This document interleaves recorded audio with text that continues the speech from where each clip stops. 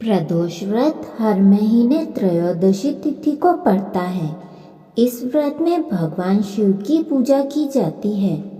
तो आइए जानते हैं दिसंबर के महीने में कब रखा जाएगा प्रदोष का व्रत।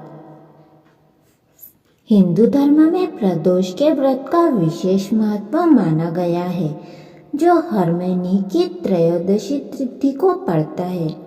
इसीलिए इसे त्रयोदशी व्रत के नाम से भी जाना जाता है। इस तरह से एक महीने में कुल 2 प्रदोष व्रत पड़ते हैं। प्रदोष व्रत भगवान शिव को समर्पित होता है। मान्यता है, जो व्यक्ति सच्चे मन से यह व्रत करता है, उसकी सारी मनोकामनाएं पूर्ण हो जाती है। तो आइए जानते हैं दिसंबर में कब है प्रदोष व्रत। दिसंबर का पहला प्रदोष व्रत 10 तारीख को रखा जाएगा।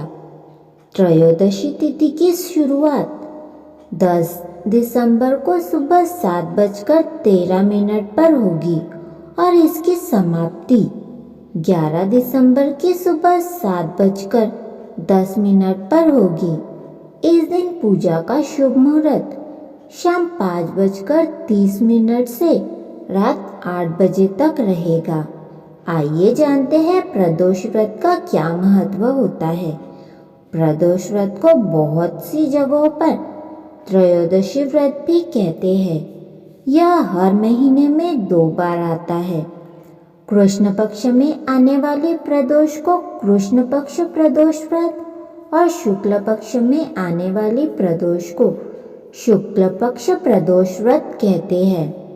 यह व्रत माँ पार्वती और भगवान शिव को समर्पित है।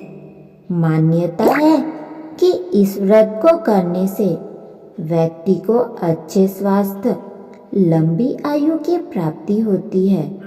प्रदोष व्रत को दक्षिण भारत में प्रदोषम के नाम से जाना जाता है। पुराणों के अनुसार प्रदोष व्रत करने से 2 गायों के दान के बराबर पुण्य फल की प्राप्ति होती है। तो आइए जानते हैं किस तरह की जाती है प्रदोष व्रत की पूजा। प्रदोष का व्रत सभी को अधिक शुभ और महत्वपूर्ण माना गया है, क्योंकि इस व्रत को नियम के साथ करने पर भगवान शिव की असीम कृपा प्राप्त होती है, जिससे व्यक्ति के जीवन के सारे कष्ट दूर हो जाते हैं। इस व्रत को निर्जला रखा जाता है।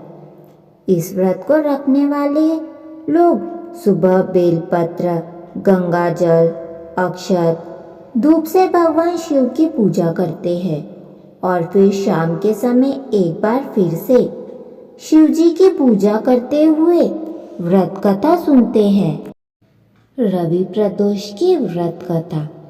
एक समय सर्व प्राणियों के हितार्थ परम पावन भागीरथी के तट पर ऋषि समाज द्वारा विशाल गोष्ठी का आयोजन किया गया।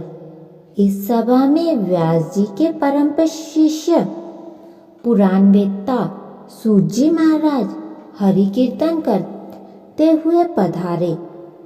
सूत जी को आते हुए देखकर शौनकादि 88,000 ऋषि मुनियों ने खड़े होकर दंडवत प्रणाम किया। महाज्ञानी सूत जी ने भक्ति भाव से ऋषियों को हृदय से लगाया तथा आशीर्वाद दिया। विद्वान ऋषिगण और सब शिष्य आसनों पर विराजमान हो गए।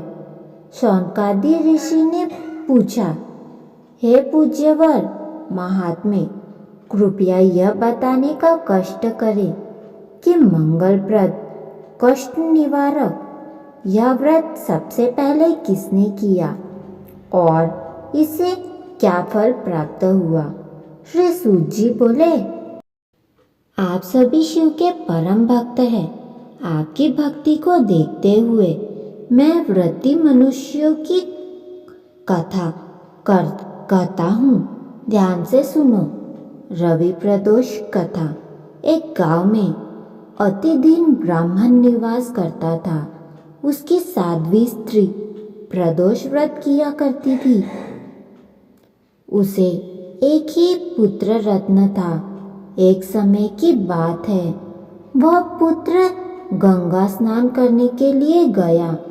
दुर्भाग्यवश मार्ग में चोरों ने उसे घेर लिया और वे कहने लगे कि हम तुम्हें मारेंगे नहीं, तुम अपने पिता के गुप्त धन के बारे में हमें बतला दो। बालक दीन भाव से कहने लगा कि बंधुओं, हम अत्यंत दुखी दीन हैं, हमारे पास धन कहाँ है। तब चोरों ने कहा कि तेरे इस पोटली में क्या बंधा है।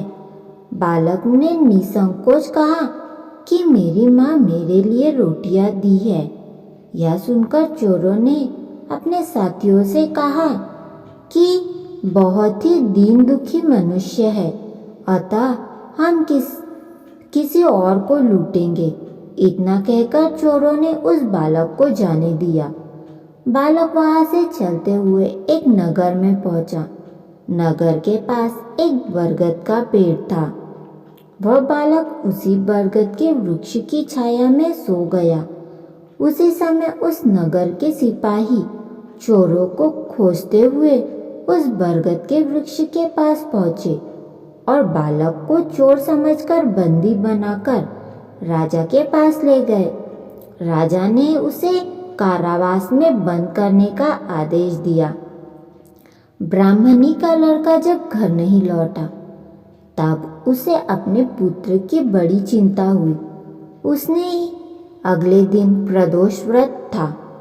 ब्राह्मणी ने प्रदोष व्रत किया और भगवान शिव से मन ही मन अपने पुत्र की कुशलता की प्रार्थना करने लगी। भगवान शंकर ने ब्राह्मणी की प्रार्थना को स्वीकार किया। उसी रात भगवान शंकर ने उस राजा को स्वप्न में आदेश दिया कि वह बालक चोर नहीं है, उसे प्रातःकाल छोड़ दे, अन्यथा उसका सारा राजवैभव नष्ट हो जाएगा। प्रातःकाल राजा ने शिवजी की आज्ञानुसार उस बालक को कारावास से मुक्त कर दिया। बालक ने अपनी सारी कहानी राजा को सुनाई। सारा वृत्तांत सुनकर राजा ने अपने सिपाहियों को उस बालक के घर भेजा और उसके माता पिता को राज दरबार में बुलाया। उनके माता पिता बहुत ही भयभीत थे। राजा ने उन्हें भयभीत देखकर कहा कि आप भयभीत ना हो, आपका बालक निर्दोष है।